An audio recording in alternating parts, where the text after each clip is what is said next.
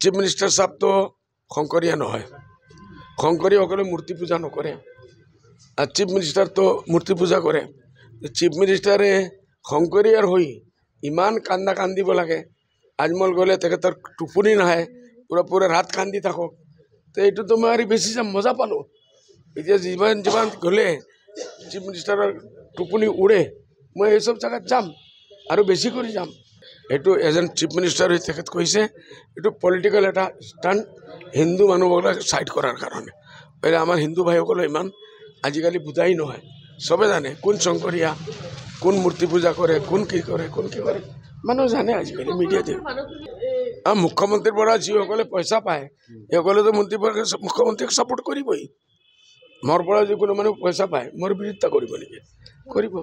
সব জাগাত সব ধৰ্মত মানুহ থাকে আৰু এইসকলে কিছু বিক্ৰী হ'লে মানুহ থাকে।